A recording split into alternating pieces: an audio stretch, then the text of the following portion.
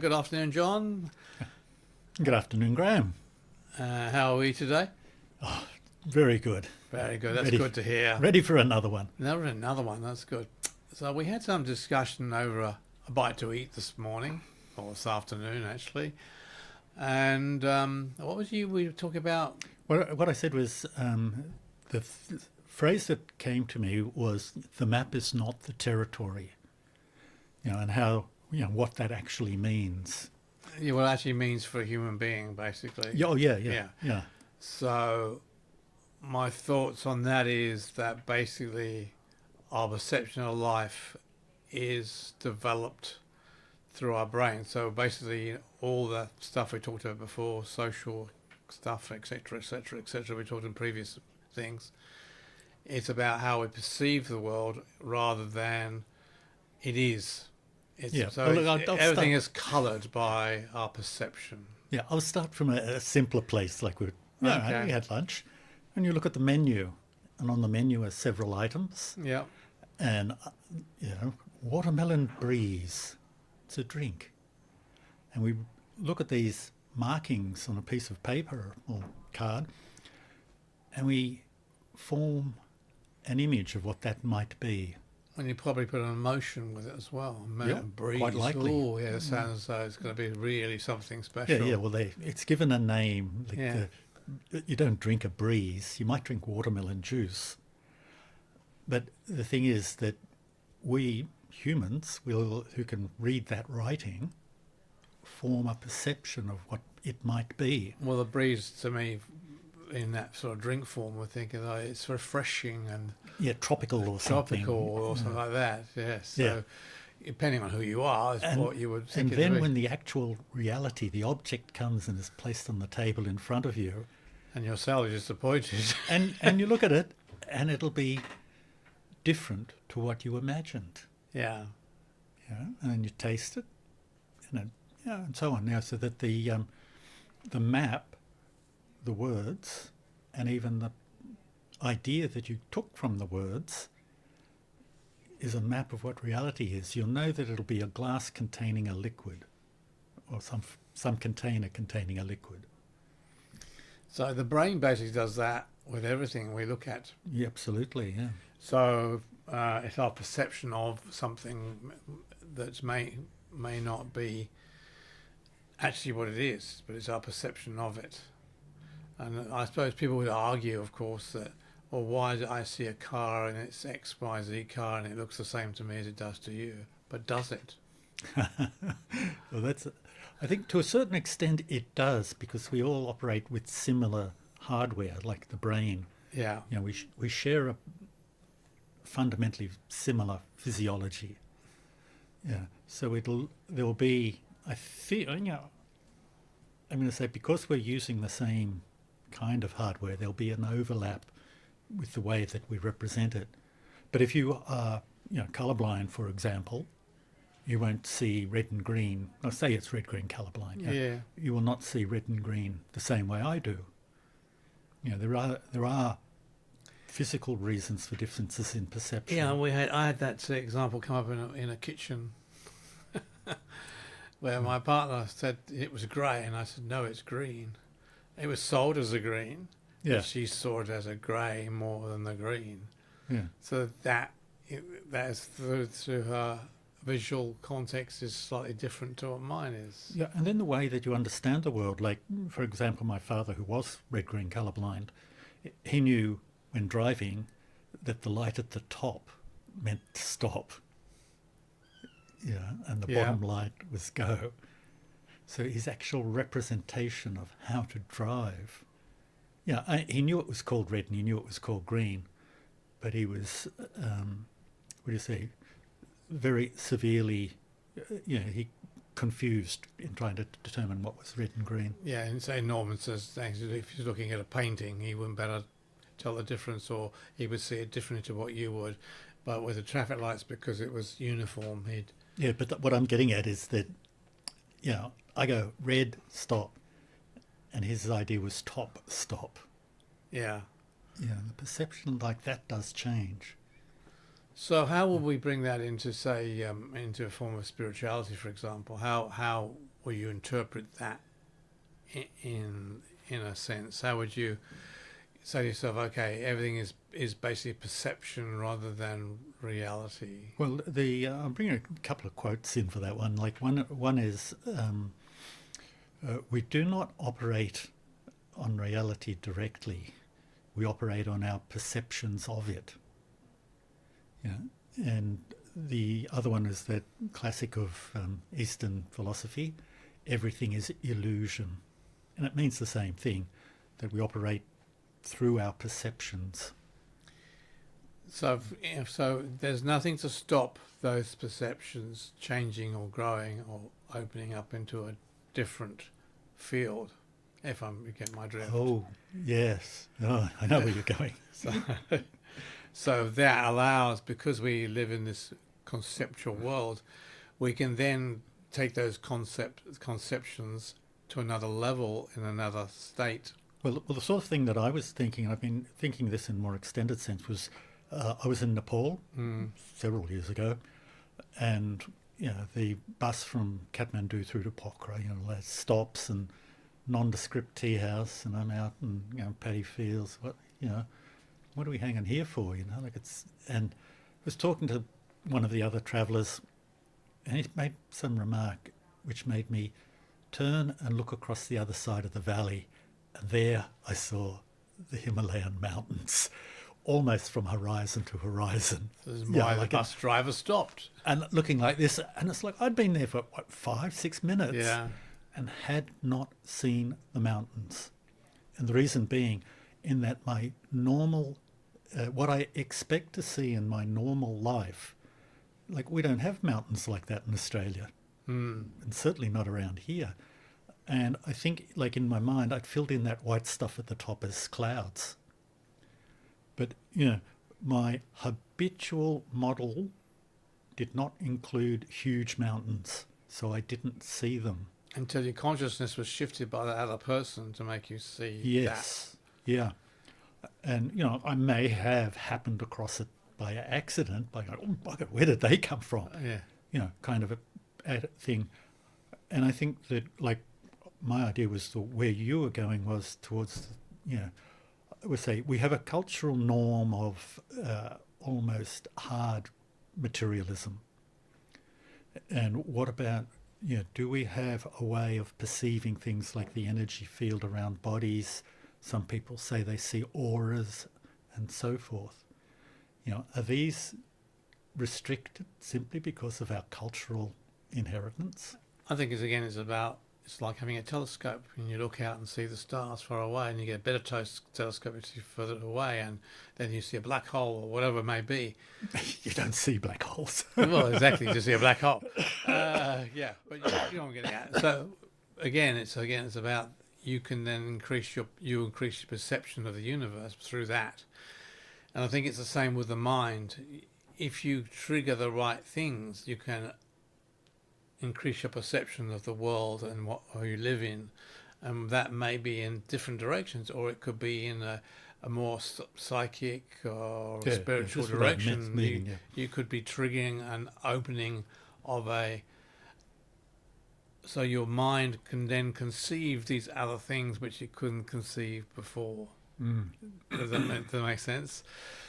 So I think what it comes down to is we're a growing consciousness. We live in this consciousness which has been framed through our experiences, and we live in it, but that doesn't mean we have to stay in it. Well, you say we have ideas that frame our experience, and that we can alter that frame. And I think part of it, there's people want to be seen as normal, and not to step over the bounds of what is socially acceptable. And some people are accused of having delusions, for having perceptions outside the norm. And some people are delusional. They have perceptions that have no match to the reality, and not the reality, like to physical objects even. Yeah, and I think this is why things like chat groups and things like you have on Wednesday a month or whatever on Saturdays, why they work, because it's a group of people who are who've had a different perception of the world, whether it be broader or whatever, but they're saying, right, I need to be with people who understand that rather than the social confines I am living in. So I need to express that somewhere and get some feedback on that, for example. Or sometimes a lot of people are, there is something else. They have like an urge, I was going to say, an inkling. Like there's more. It is possible to understand. Sorry, to expand my awareness. Because something like, we talked earlier about AI, something like AI doesn't have that ability. It lives in the confines of what it's been told to look at and work with. It's very superficial. It's a useful tool, but it cannot step out of that confines it lives in. And this is really the big difference between human beings and manufactured intelligence like AI, is that we actually have the ability to step out of the reality we perceive into another reality. And I think in some of the podcasts that we've had before, we've actually just talked about experiences we've had where we've actually stepped out of the reality of life as it's normally viewed, and had experiences beyond the consciousness that's here living in this space, and that affects us as human beings to be able to look further.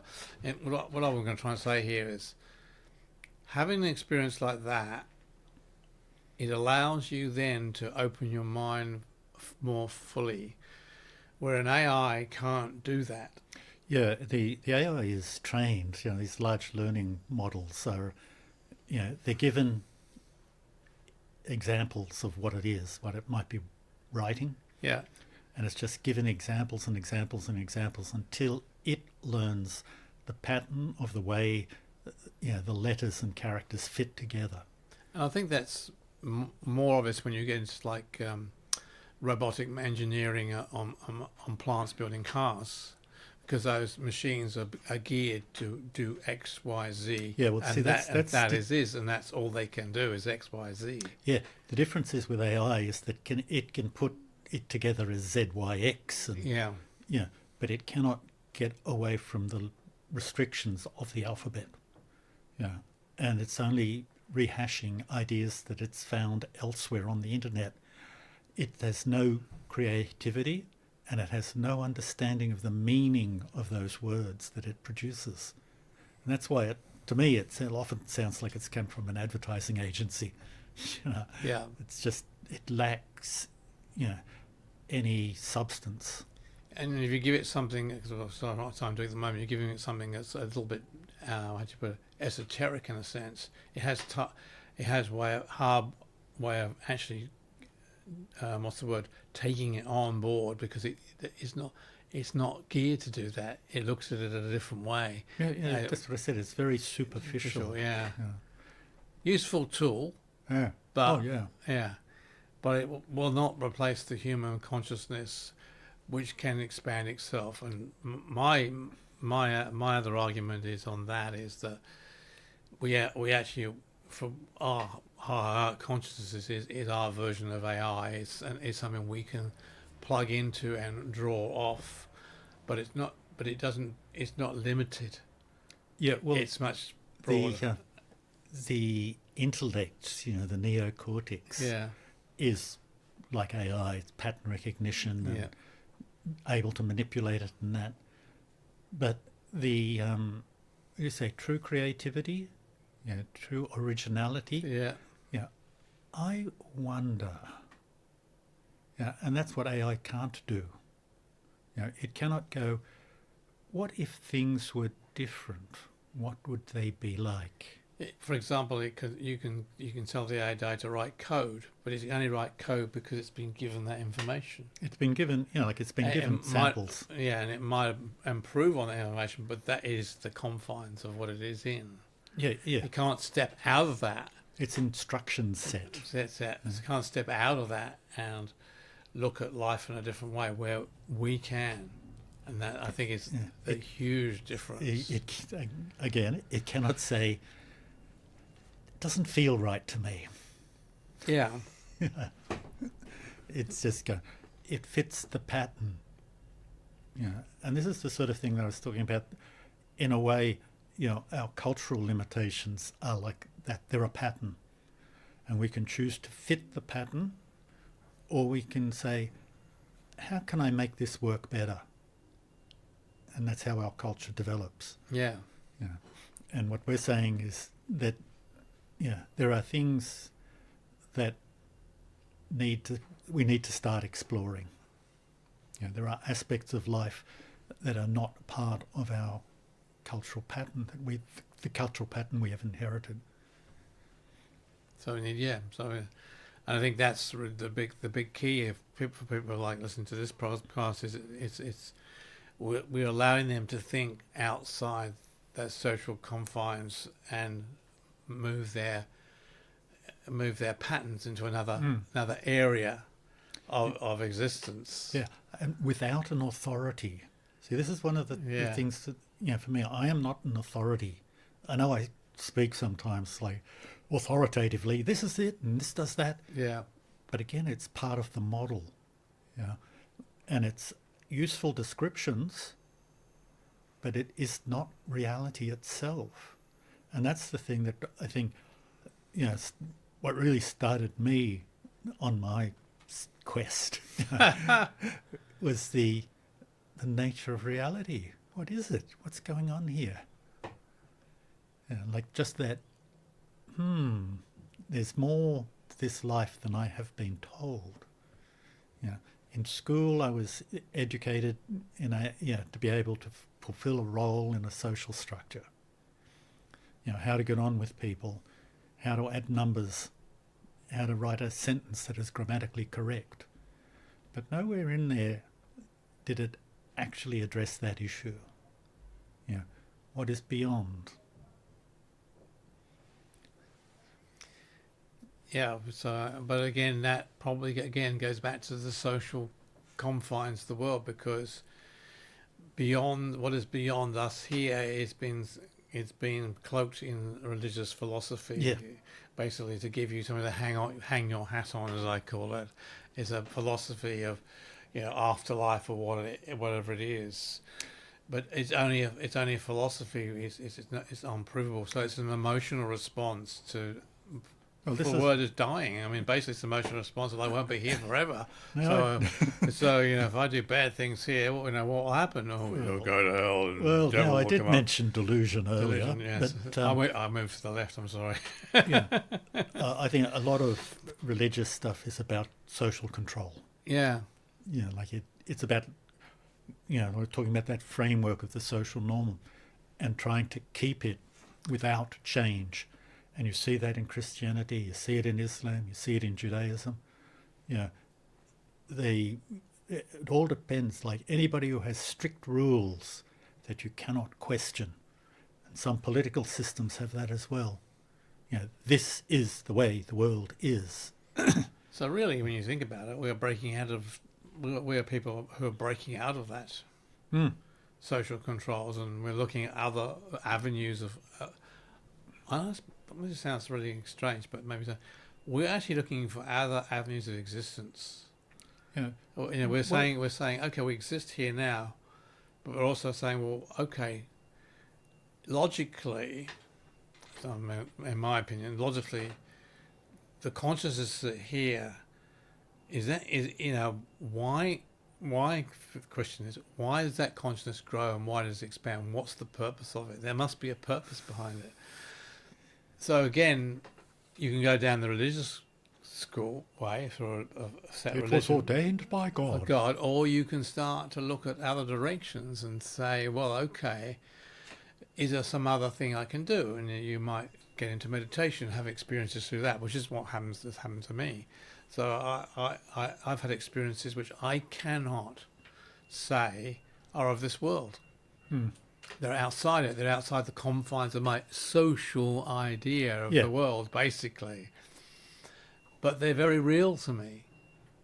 So if they're real to me, do they exist? Or is this an illusion? These are all questions you have to ask yourself. Yeah.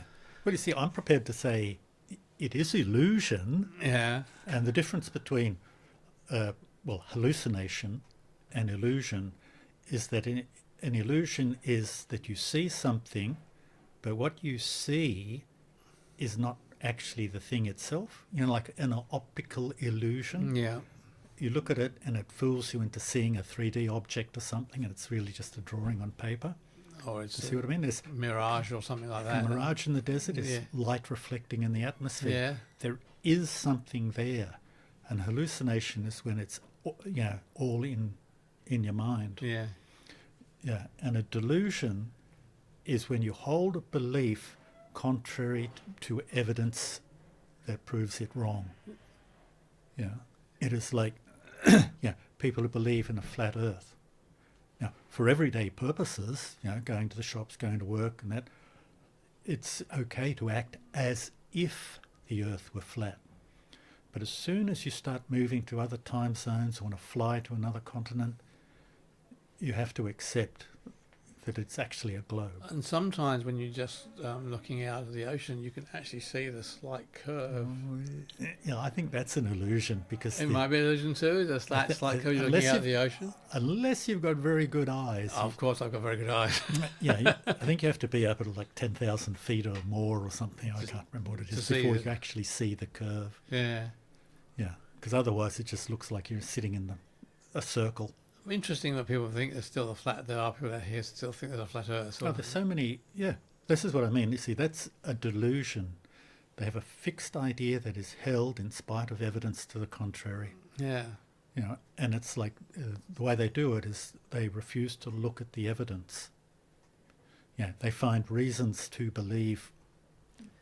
Well, they're mostly comfortable where they are with it. Personally, I think that I think it is. It's good old Sigmund Freud. His anxiety underlies every neurosis. I think that these people experience possibly existential anxiety. Yeah. But they experience anxiety, and making the world small is a way of controlling it. Which is why I jump and say, existential anxiety. But I'm comfortable being an insignificant part of the universe. As we all are, really. Yeah. We all are. I mean, I think that's stepping out of that, the confines. Once you've experienced something, and then you have a choice what to do with it. You either we talked about this before indirectly about how if you have an experience that alters your thinking of where you are, you either accept it and work with it, or you reject it and go back to your own social norms. You and me, I think you and I, basically people who have experiences and say, okay, I want more to do with this. Yeah. Well, my basic training was in the sciences. So, if I see something unusual, I go, what is that? How do I explain this? Yeah. Well, the alarm's gone. We had set alarm today because we didn't bring the clock in. Anyway, so I hope you didn't mind that. I had to switch it off. Anyway, thank you very much for listening, and I hope you got something out of that. And if you have any comments or views, please let us know. Sure thing. Thumbs up if you're on YouTube there and all that sort of thing. Yeah. And catch you on the next one. And become a follower on Spotify, please. Oh. Thank you. Okay, bye.